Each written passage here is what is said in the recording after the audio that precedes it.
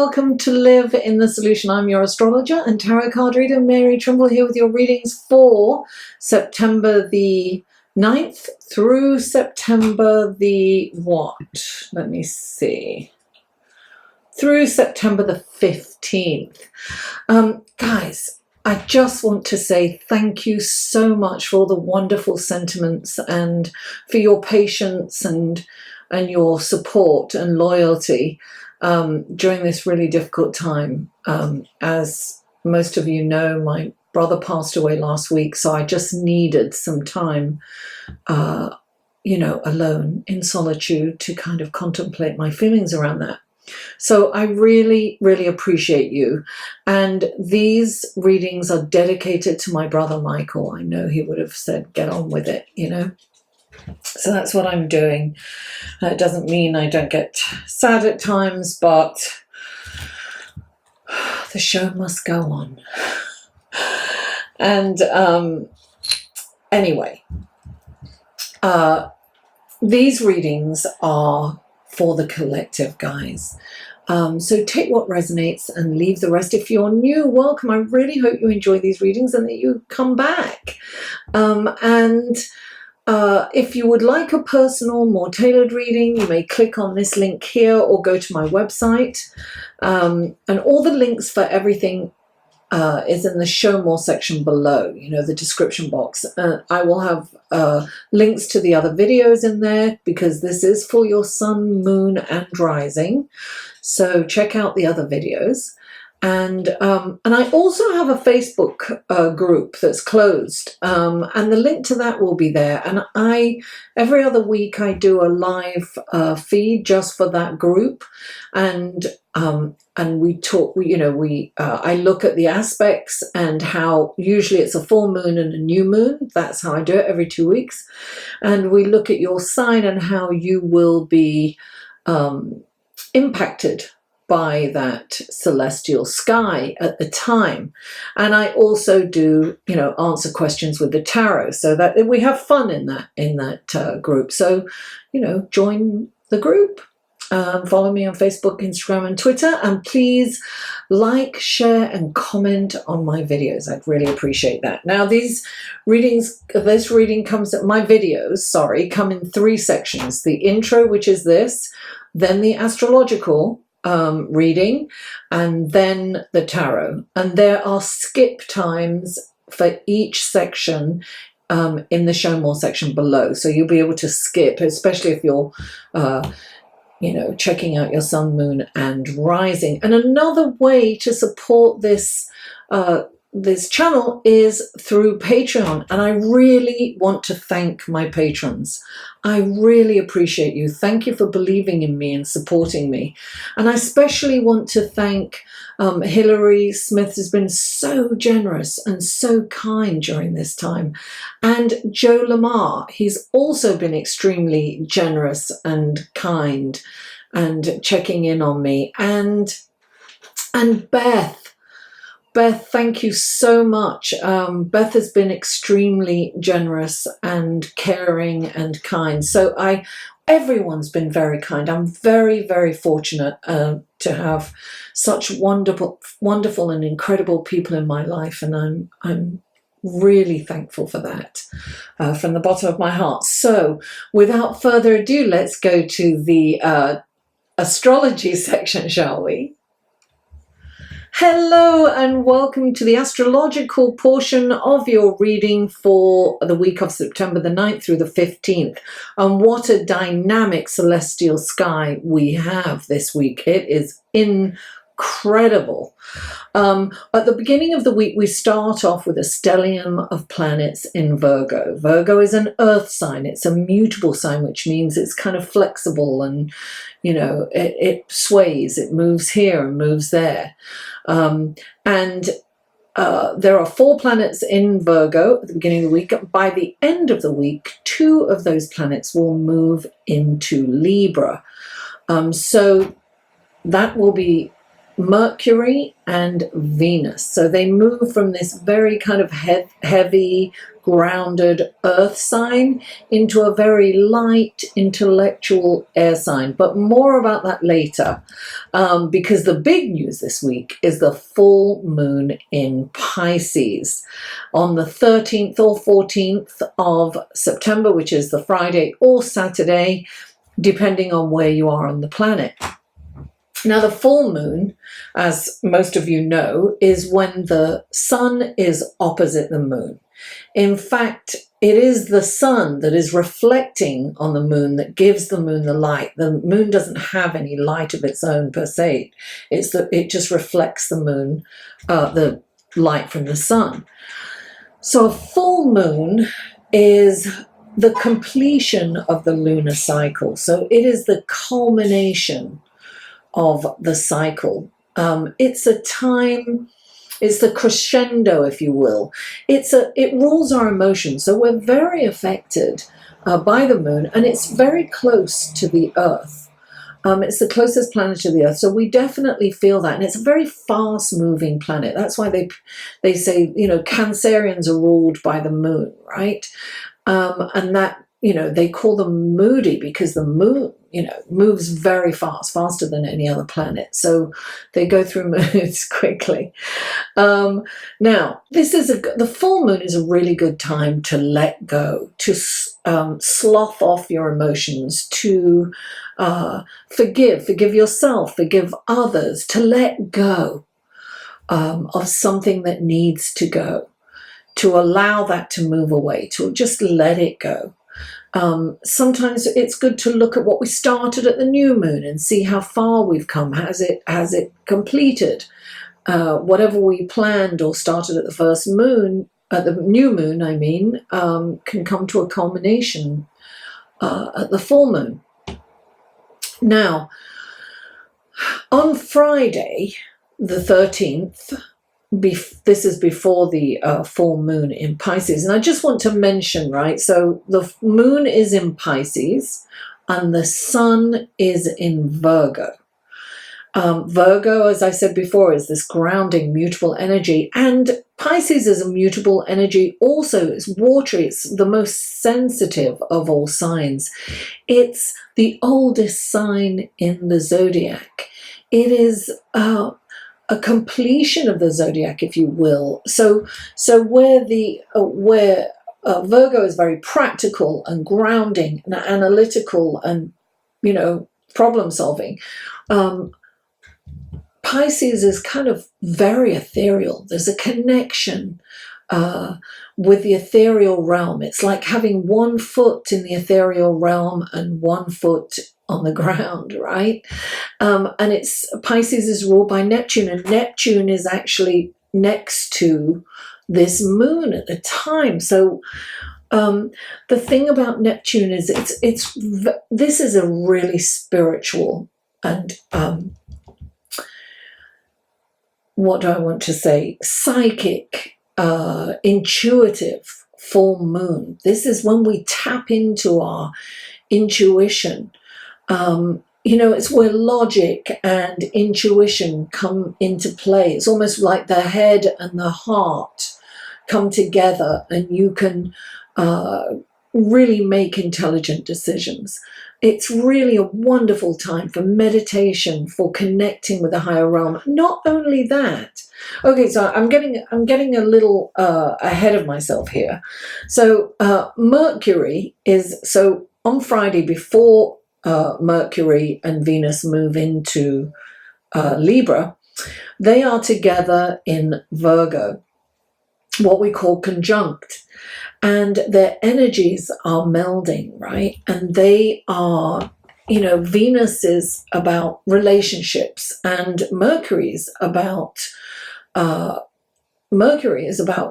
conversation. It's about communication. This is a communicating full moon. It is an intuitive full moon. It's so powerful. This is really important. This is an incredible time. It's almost like epiphanies can happen during this time, because the sun is also on that same day, on Friday, actually at 3:33 p.m. Eastern Standard Time, the sun trines Pluto. Now, 333, means the angels and the ascended masters are surrounding you, right? And this is so what's happening. The sun, the creator, right? Godlike. And you've got Pluto from the underworld, but really, a power. It's a power dynamic. This is strong and powerful.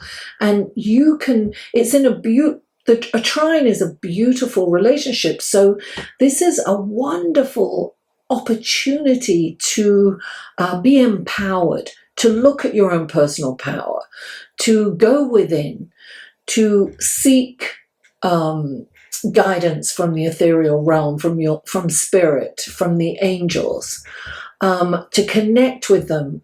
I mean, this is just it's so incredible. Now, when when this full moon happens, right, we have all of this, what I like to call a cosmic soup happening. We have this, what we call a T-square in astrology, and this means that it's like a very kind of wide triangle, if you will, from the full moon to Jupiter. Now, Jupiter is about expansion. It's about, spirituality. It's about the higher realms. It's higher learning, right? And it's in a contentious relationship with the moon and the sun at the same time. Now, squares are kind of motivators, right? They're contentious, but there's a breaking point, right, where they break apart, and then something wonderful comes out of it. So squares are motivators. They're not really, they're not a bad aspect. They are, as I said before, motivators. So this is a really okay, so I get really excited. This is a really wonderful opportunity to connect with spirit, to go within, to look at what has empowered you in the past and what you need to do going forward. This is kind of epiphanies where you could be doing something and say, wow, you know what? This isn't working for me anymore. It's almost like there's major life-changing decisions for a lot of people, and people will make it. Will make those life-changing decisions. It's about being empowered. It's about doing what's right for you, what's right for everyone, because what's right for you is right for everyone. Now, you must be careful not to let the ego get in. So it's really important to meditate. It's really important to hear. Prayer is talking to God. Meditation is listening.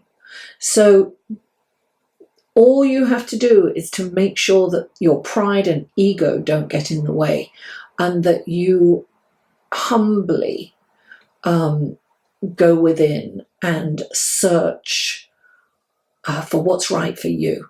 I mean, this is just such a powerful full moon. It's exciting.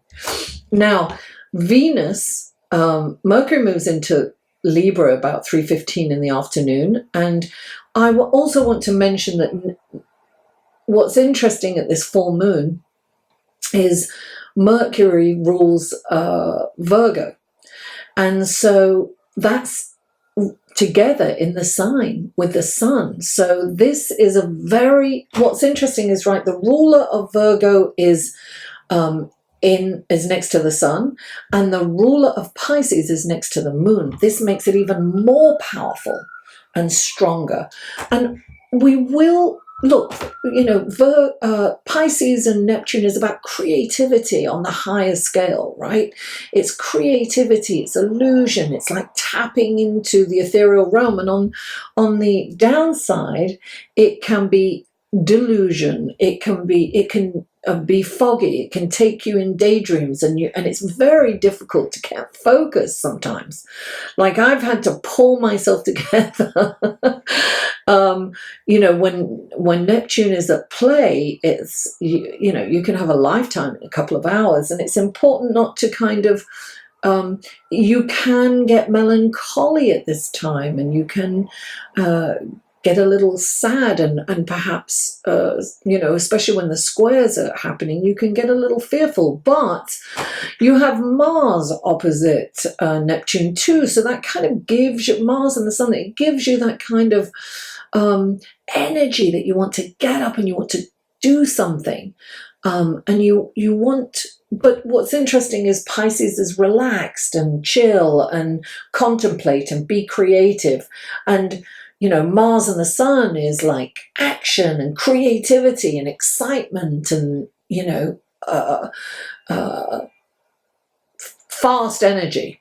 So you have this push-pull. It's important to remain balanced during this time. And what is lovely is that Venus moves into its home sign of Libra, right? A bit later on that day, after Mercury moves into Libra. And Mercury is about, balance. Mercury is about the intellect, thought process, and communication.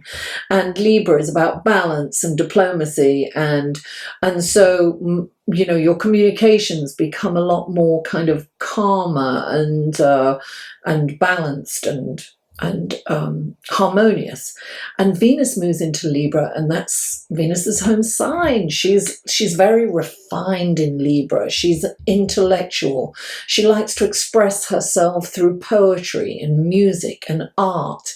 So we will feel that wonderful expression of poetry and art and music. Will get that incredible appreciation for that. And actually, that's a really great way to channel that energy. And if you're a writer or you're into the visual arts, this is perfect energy for you to move forward. But all in all, this really powerful full moon, prepare for it. Do a full moon ritual, charge your crystals. Do a ritual, meditate during it. I'm going to go out and I will meditate in the outdoors under this moon. I will moon bathe and I will meditate under this full moon, because we are going to make such amazing connections during this time. Thank you, guys. Let's go to your tarot reading, shall we?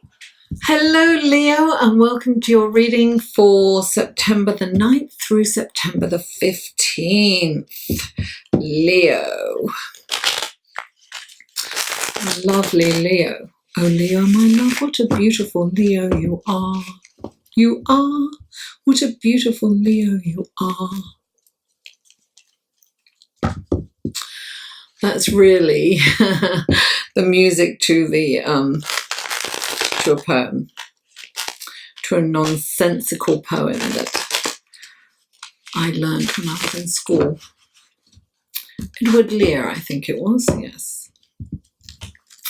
All right, The Owl and the Pussycat.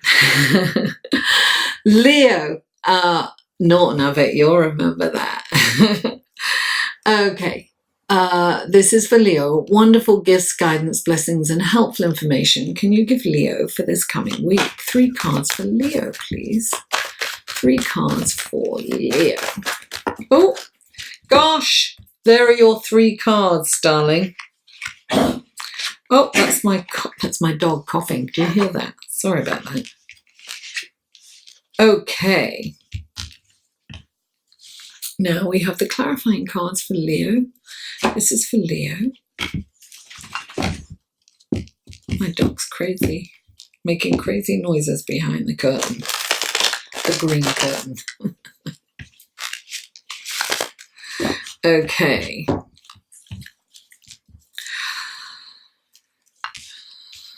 Please clarify.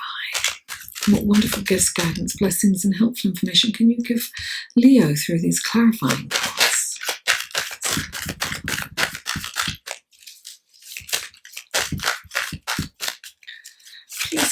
Oh, there it is. Please clarify. Oh, I thought it was going to come out, but it didn't.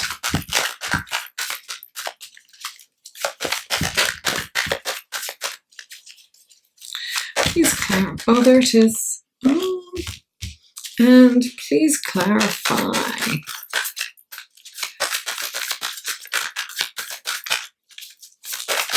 Oh, wow, 2 came flying out. Ah, okay. Would you like to see your cards, Leo? Here we are. The first card out is the Star card, clarified by the Hermit. Then you have the 3 of Swords, clarified by the 4 of Wands. Then you have the Page of Cups, clarified by the 7 of Wands and the 2 of Pentacles. Very interesting juxtaposed cards, don't you think? Okay, so the first card out is the Star card. I love the Star card. The Star card is a deep healing, right? It's a spiritual, and it's physical, and it's an emotional healing. And there's kind of a balance. It's energy from the ethereal realm coming down. And it's, going up and going down. There's a balance, right? It's that never-ending kind of cycle. And what's interesting, when the Star card comes up, this particular card is very interesting from this deck. There is kind of a wheel. It almost looks like a wheel of fortune, though it is a star within the wheel. Now, when the Star comes in, when the Star card comes in, she spreads light where there was once darkness, and a path forward is revealed. And that's where the healing comes in. It is showing you the direction in which you need to go. It is giving you a clear path forward. So this is sometimes means that your life purpose is coming in. And that is extremely healing. God, my dog is really making a lot of noise. Sparky, stop it. So clarifying the Star card is the Hermit. And the Hermit is... he's the light at the end of the tunnel. He takes a moment back, and this is very kind of, I feel that this is going to be a transformative time for you, Leo, because this is a very transformative full moon, actually. So this is about meditation.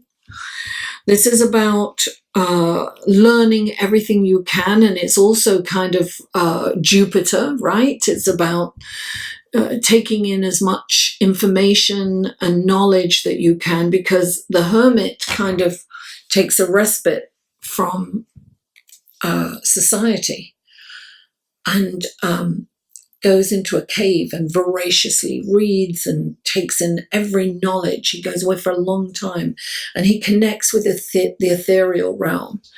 And when he comes out, he's he's like Saturn. He's an older man. He's wise.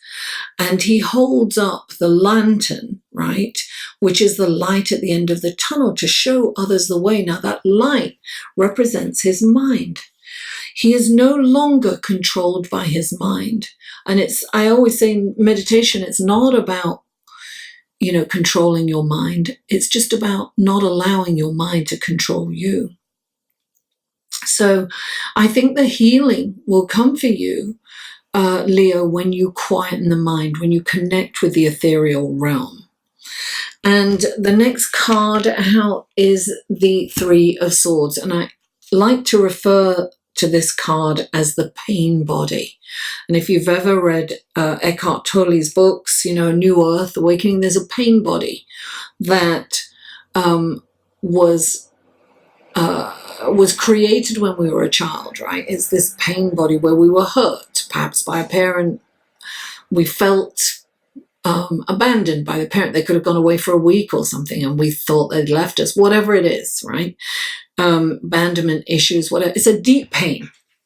And it's a pain that has been avoided for survival reasons. Sometimes we can't look at this at the time, so we need to kind of push it down. But then we get older, and the pain is created by the avoidance of this pain, and it keeps us in the pain body, and we create the scenario over and over and over again. We unconsciously create this. So when the Three of Swords comes up, this is a deep, old pain, and we are asked to look at it head on, take it in, cry it out, put it in our heart, Don't avoid the pain, because then the pain kind of comes back tenfold. It just reminds me of what happened when, when my mum passed away. I kind of pushed it down and tried to work through it, and it just kind of exploded in my face. And so, the mourning for my mum was much longer and arduous and more painful, and it was just, ugh. And so with my brother, when my brother passed away, I took that week in solitude, alone, and felt it and went through it. It's not that I won't feel that pain again, but it won't be as heavy. At times it might be. This pain does come up again and again, but it doesn't come up with such veracity as it does when you're avoiding it. So what I'm saying is, you feel the pain, you acknowledge the pain, and you sit with it, and then you can release it. And this is the full moon, release it. This needs to go. And when this goes, when you release this pain, it's like, we can identify with our stories, right? It's something I've been thinking about and contemplating a lot these last few years. It's about identifying with a certain story, identifying with a certain archetype, and thinking, that's me. But we don't need to identify. And this Rumi saying is, I love it. It's, I am not this hair, I am not the skin, I am the soul that lives within. So not identifying with the story, changing the storyline. And look, clarifying it is the Four of Wands. Releasing this pain will give you an incredible sense of stability and a foundation on which to move forward. And it's a cause for celebration. So really release this pain this week. Look at it, identify it, feel it, and let it go. And then you have the Page of Cups. And the Page of Cups, quite simply, is a message of love.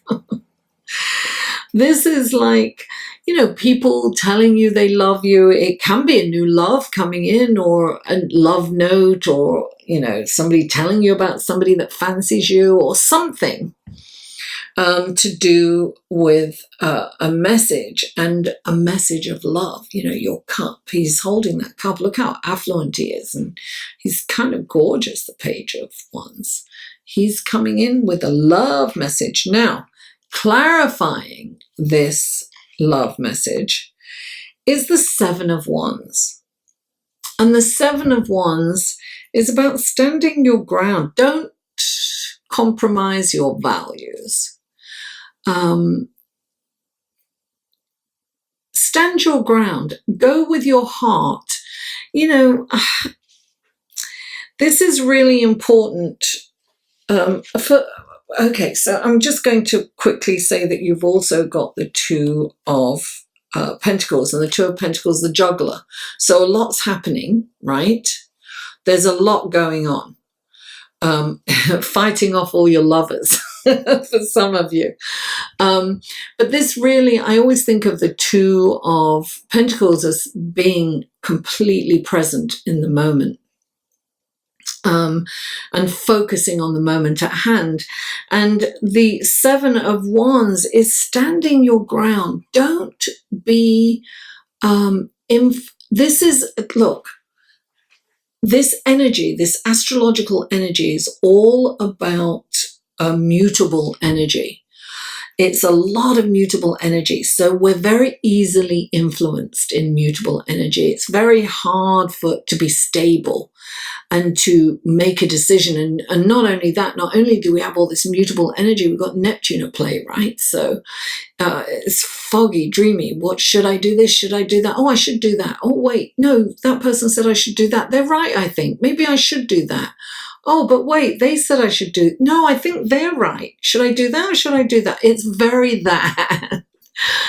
So the Seven of Wands is really looking within, and 7 is introspective and acknowledging and recognizing your values and standing up for them, even when it's not easy, even when it kind of goes against the grain and everybody else, all your peers. Stand your ground. Be empowered. And it's very Pluto and the sun in that, it's empowering yourself, standing in your power, standing up for what you believe in. So it's very important to do that. Leo, thank you so much for tuning in. Please don't forget to like this video, share it with friends, family, neighbors, social media. Please help me grow this channel, and comment. I live for comments and feedback, and I always respond. And if you haven't already, please subscribe. Mwah. I love you all, and I'll see you next week.